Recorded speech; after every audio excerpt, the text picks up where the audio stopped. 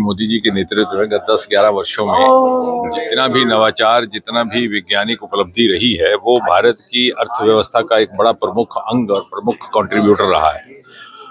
और इसलिए ये कल्पना की गई कि इस क्षेत्र को लेकर के दो बड़े आयोजन प्रतिवर्ष किए जाएंगे। वो हमने प्रारंभ किया है। एक तो एस्टिक का emerging science technology innovation conclave 3 दिवसीय अभी हाल ही में संपन्न हुआ, जिसमें प्रधानमंत्री मोदी जी स्वयं मुख्य अतिथि रहे और उन्होंने इनॉग्रल एड्रेस भी उन्हीं का था।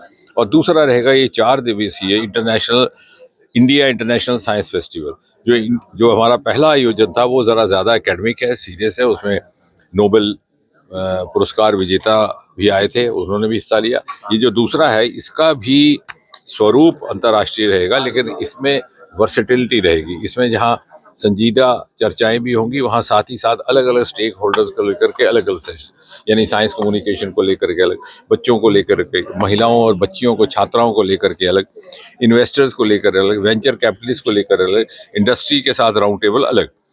और ये हमने ये जो सिलसिला शुरू किया तो देश के भिन्न भिन्न अलग अलग क्षेत्रों में, पहले हमने दक्षिण में भी एक इस तरह का आयोजन हुआ, अब ये तीसरी चौथी बार हो रहा है। एक आयोजन पूर्वोत्तर में हुआ गुवाहाटी में, एक पश्चिम में गोवा में, अब उत्तर में करने की बारी आई तो पंचकुला हरियाणा में इसका आयोजन हो रहा है 6 तारीख से लेकर के। और क्योंकि हमारा मानना है कि इस समय जैसे आपने कहा, भारत की जो वैज्ञानिक उपलब्धियां उससे न केवल अर्थव्यवस्था को लाभ पहुंचा बल्कि भारत की छवि भी विश्व भर में बदली है। उदाहरण के तौर पर हमारा वैक्सीन, जो जिस देश को स्वास्थ्य सेवाओं के लिए बड़ी संजीदगी से नहीं देखा जाता था, आज वो विश्व का प्रिवेंटिव हेल्थ केयर लीडर बन चुका है। यहाँ से इजाद किया हुआ कोविड का वैक्सीन मोदी जी ने वैक्सीन मैत्री कार्यक्रम के तहत दूसरे देशों को भेंट किया।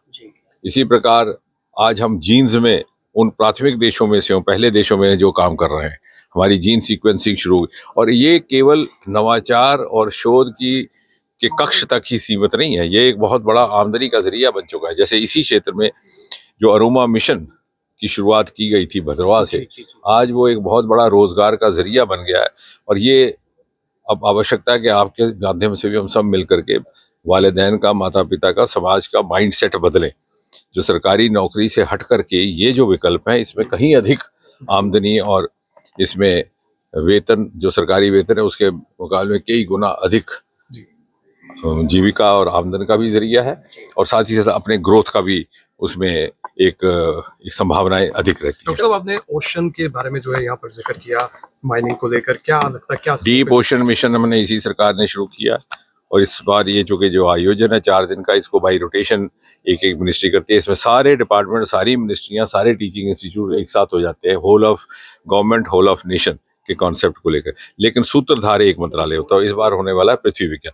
वो डीप ओशन मिशन जो ब्लू इकोनॉमी है, क्योंकि हमारा मात्र एक देश है जिसके पास अपने देश के नाम पर सागर है, हिंद महासागर, और 12,000 किलोमीटर हमारा समुद्र तट है। आज तक मोदी जी के आने के बाद पहले ना किसी ने उसे देखा, ना तलाशा, और उसके अंदर इतनी संपत्ति छिपी हुई है, मेटल्स, मिनरल्स, बायोडाइवर्सिटी, फिशरीज, उसके ऊपर भी काम हमने शुरू किया।